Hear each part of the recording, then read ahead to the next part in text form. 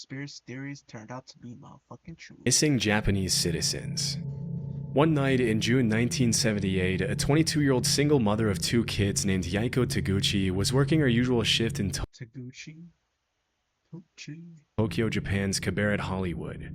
After finishing her shift right at around midnight, Yaiko left the cabaret through the front door and was never seen again.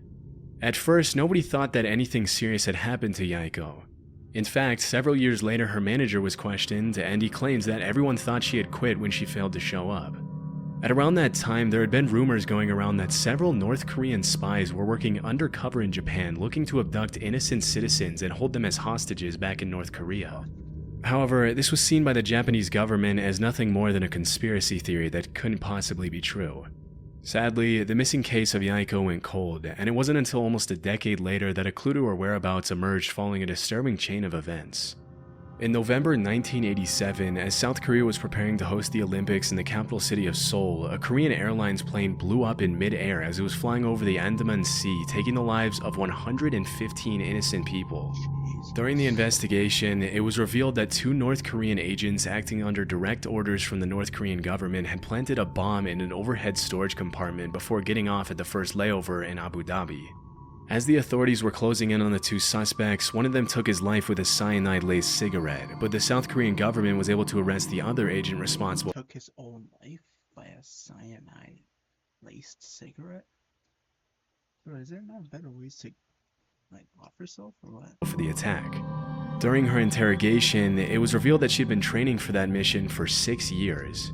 And that for 3 of them, she had been paired with Yaiko Taguchi, who had taught her how to speak and act like a Japanese woman so she could fly under the radar. As it was later revealed, Yaiko wasn't the only woman who had been kidnapped by the North Korean government. As of today, 17 Japanese citizens have been officially confirmed by the Japanese government as having. North Korea is fucked, bro. I saw a video the other day of Dennis Rodman apparently made their own NBA, but in North Korea. And it's completely fucked. It's so weird. Dunks are 3 points, some bullshit like that. Being abducted by North Korea from 1977 to 1983. Disturbingly, a lot of them were shamelessly kidnapped in the middle of the day and thrown on a boat to North Korea. You might think that the victims were involved in something shady that put them on the North Korean government's radar, but the investigations actually suggest that most of them were average citizens who just happened to be at the wrong place at the wrong time. One woman was captured while she was walking to a knitting class, and 2 others were kidnapped on a vacation to Europe. Another one, a 13-year-old girl, was taken as she was walking back home from school. Some of these victims were kidnapped for identity theft purposes, while others, like Yaiko, were forcefully brought to North Korea to teach the Japanese language and culture to North Korean spies. After the kidnappings were confirmed beyond the shadow of a doubt, the North Korean government had no choice but to come forward and apologize, but they claimed that only 5 of the 17 kidnapping victims were still alive. Over the next few years, the North Korean government would send what they would claim to be the cremated remains of some of the deceased victims back to Japan. However, as DNA testing would quickly reveal, pretty much all of the remains were fake, leading the Japanese government to believe that many more of the kidnapping victims were still alive.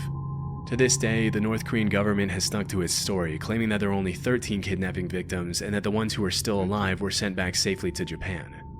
Shockingly, while the Japanese government has officially confirmed 17 kidnappings, the list of potential victims suggests that the true number could be as high as 800. Sadly, given the current political situation, it's unlikely we'll ever see the full extent of these abductions, or see the North Korean government held truly accountable for its horrific crimes. Just the other day, I found myself wasting hours of time I could have spent online being kicked to a closed disk to find where to do you. Just to get started. Back in the 70s, a journalist named Seymour Hersh published an article in the New York Times in which he accused the CIA of several assassination attempts on both foreign and American politicians who they considered to be anti-war dissidents. Due to these allegations, the US Senate put the CIA under investigation for alleged covert action abuses, which resulted in the release of 14 reports on major abuses committed by the CIA, FBI, and NSA. The majority of the reports included accusations of crimes such as opening and resealing US citizens' private mail for several years and illegally surveilling Black Power activists. Although these claims are obviously pretty serious, they paled in comparison to one particular accusation or conspiracy theory which alleged that the CIA had developed a pistol that could fire a poison dart over 300 feet, take a person's life, and leave absolutely no trace as to the cause of death. As it was later revealed, this theory turned out to be true, and the development of the poison dart gun was just one part of the program called MK Naomi, through which the CIA had sought to develop weapons for biological warfare. In 1975, William Colby, the CIA director at the time, had to testify in front of the committee that was investigating the agency. During questioning, he claimed that the CIA had developed a host of biological weapons as part of a plan to eliminate German leaders during World War II, but that their research had continued until well after the war. He also mentioned that the poison dart gun was almost completely silent on account of the battery that was housed inside the handle, and that it had been specifically designed for the target to feel nothing more than a mosquito bite when the dart struck. Imagine, bro. A silent poisonous dart gun. You got me fucked up, fat. I don't want to go out like that. Feels nothing more than a mosquito bite. What about the pin or whatever? Something that goes inside you. Interestingly, the agency had used a specific shellfish toxin to make it impossible for anyone to know what the cause of death was, leading forensic pathologists to believe that the victim had suffered an inexplicable heart attack. It wouldn't help pathologists that the dart was designed to melt inside the body so that it only left a small red mark where it entered the victim. When asked if the heart attack gun, as it was nicknamed, was ever used on anyone, the director alleged that it had only been used for experiments and that there were no records of actual use. As part of the investigation, the CIA had to hand over the gun to the committee, and there are some pretty wild pictures of the committee members analyzing the gun as William Colby answers their questions about it. Normally you'd expect to see something like the heart attack gun in a spy movie, and it's pretty wild to think that if they hadn't put it under investigation... Imagine you don't even know how you die. How long does it take to kill you? That's fucked. They would have probably gotten away with using it for who knows what purposes. It's also pretty crazy to think that if that's the kind of stuff they were developing back in the 70s, imagine the kind of technology they have their hands on now. Disturbingly, the hearing was the only time the heart attack gun was ever shown publicly, and to this day it remains unclear what happened to it after the investigation. My life is very busy. Sticking to routine can be a little tricky. Using Whoop, my goal is... Rogue waves. Sailors often get a reputation for making up stuff they claim to have seen during their time out at sea, and because there's no one there to refute their claims, they sometimes get away with some pretty tall tales. For centuries, sailors all around the world had talked about seeing monster waves on the open sea that would allegedly reach over 100 feet in height. In 1826, a French captain claimed that he had seen a 108-foot tall wave in the Indian Ocean. Even though he had 3 sailors with him who backed up his claim, How do you know the measurement? How do you know how tall it is? 108? It's oddly specific. when he came back to the mainland, he was publicly ridiculed by the scientific community, as it was widely believed that it was impossible for a wave to be higher than 30 feet tall. For a long while after that, dozens of people continued to claim sightings of these monstrous waves in the middle of the ocean, but with no real evidence other than eyewitness testimonies, the existence of these waves fell into the urban legend or conspiracy theory category. In the 80s and early 90s, the Draupner platform was set up in the North Sea off the coast of Norway to extract natural gas. As part of the protocol that was carried out to see if the platform was stable enough to withstand the rough seas, a wave height recorder was installed on the platform. On New Year's Day in 1995, the sensor recorded an 84-foot tall wave, which served as the first real piece of evidence for the existence of rogue waves. After this incident, a lot of people started... What does that mean, rogue waves? Like, is that just a really big wave? Or a rogue wave? Just like a really big wave that comes from nowhere?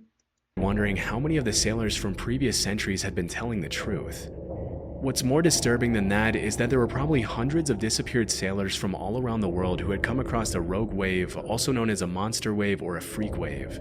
But because most people who encountered 100-foot tall rogue waves generally didn't live to tell the tale, their testimony went down into the depths of the ocean with them. Since the Draupner wave of 1995, there's been a growing interest in rogue waves brewing in the scientific community. A few years ago, a professor at the Australian National University had estimated that at any given moment there are 10 rogue waves active in the world's oceans. As of today, a rogue wave is usually defined as a wave that is twice as large as the largest waves that come up in a particular area. Oh. Took you long enough to answer, bro. Holy shit, 9 minutes of the video? Well. How long? And while the root cause of rogue waves continues to be investigated, it's generally accepted that these monster waves appear when two wave crests join together at the exact right time, resulting in a massive wave that can sink even the largest ships and oil rigs. Interestingly, it's also been discovered that rogue waves can take place in large lakes. In 1975, a freighter named the SS Edmund Fitzgerald sank in Lake Superior under some pretty mysterious circumstances, with a lot of people in the scientific community coming up with all kinds of hypotheses to explain the incident. It wasn't until several years later that the scientists started theorizing that the vessel could have fallen prey to a set of 3 consecutive killer rogue waves. A phenomenon referred to as the Three Sisters, in which the first wave destabilizes the ship, the second wave hits the ship's deck before it can stabilize again, and the third wave overloads the ship with more water than it can take on. Okay, so the whole conspiracy theory is that there's just big waves used to not exist? What? Or am I missing the whole point of this video? I don't even know. If this were true, it could also provide an explanation for the mysterious sinking of other large ships in oceans around the world over the past few. It's just a big wave. They just sank. Like, you can only build a ship that's so big, or like now, you probably can build a big ass ship, but like, it's just a wave, brother. Chill. Century. It's not no Loch Ness monster that brought him down, bro. It's just a wave. But this might be a bit more difficult to prove. Poisonous alcohol. In January 1920, the 18th Amendment to the US Constitution was successfully ratified, triggering a 13-year period known as Prohibition, during which the production, sale, and transportation of alcohol was made illegal.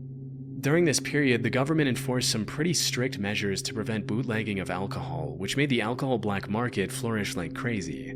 It was pretty much a playground for the mafia, in which the government would raid one bar and another one would crop up in just a few days' time. While all of this was happening, there were some pretty messed up rumors floating around that the US government was taking extreme measures to make sure people weren't consuming alcohol. These included allegations that the government was intentionally poisoning alcohol to make people who consumed it sick.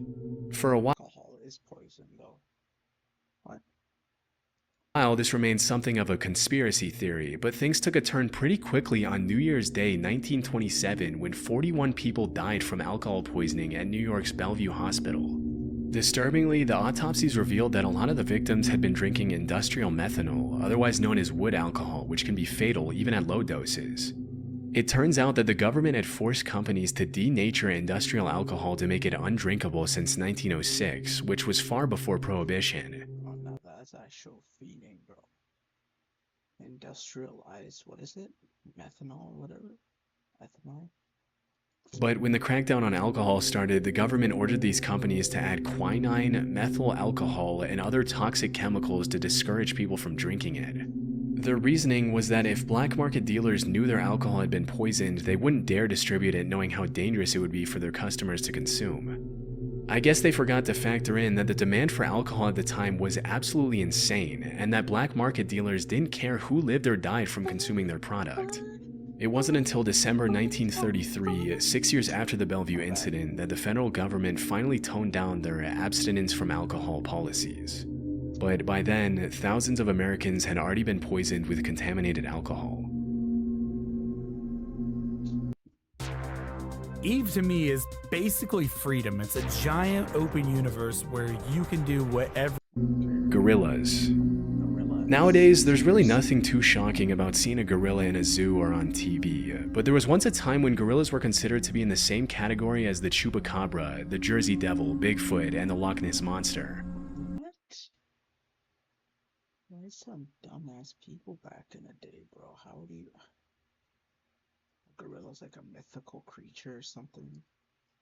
I was able to find that up until a couple of centuries ago, gorillas were considered cryptids, which are animals that are believed by some to exist somewhere in the wild, but whose existence has never been proven. With most of these creatures, alleged sightings often turn out to be hoaxes, but obviously in the case of gorillas, what were once just rumors turned out to be true. Western explorers wouldn't come across a gorilla until around the 1500s, when an English explorer named Andrew Battelle was captured by the Portuguese off the coast of West Africa. While he was held captive on the mainland, Battelle described these disturbing, giant, ape-like creatures that would occasionally prowl around his campfire, but because he had never seen a similar creature before, he described them more as monsters than as animals. Battelle's description sent the rest of the world into what we can only call a gorilla frenzy, with all kinds of rumors being spread. This guy's side-eyeing, bro? No. Or he described them more as monsters than as animals.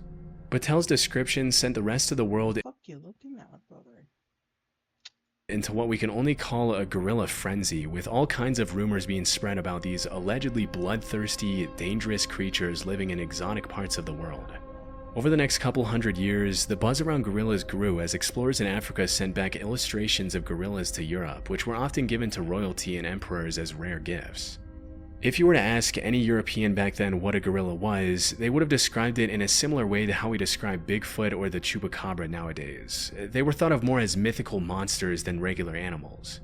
It wasn't until over 200 years or so later that an American naturalist named Thomas S. Savage found a gorilla skull in 1847 during an expedition to Africa, which was the first piece of real proof for the existence of these animals. What? You're Natu- telling me they didn't know gorillas existed, bro?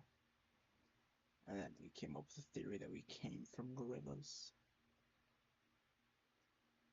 Actually, this triggered a bunch of new expeditions to the area, and between 1855 and 1859, French explorer Paul Duchaillu confirmed the existence of gorillas and even brought some back dead.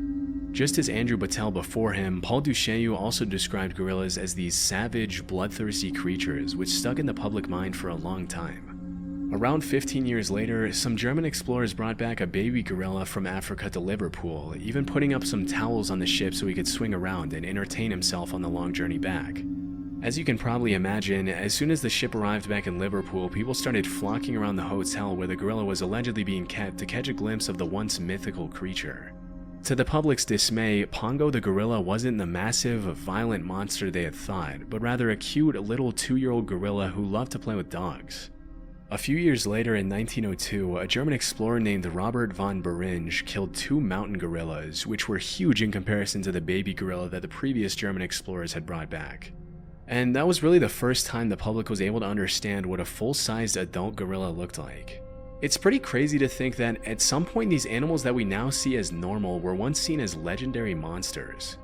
Interestingly, if you really look at the research, there are a ton of other animals that we now take for granted that were once brushed off as hoaxes, including kangaroos, platypuses, giant squids, and Komodo dragons. With so many of these myths turning out to be true, it really makes you wonder how many animals are out there that we have no idea even exist. Good video. Good video. I enjoyed that.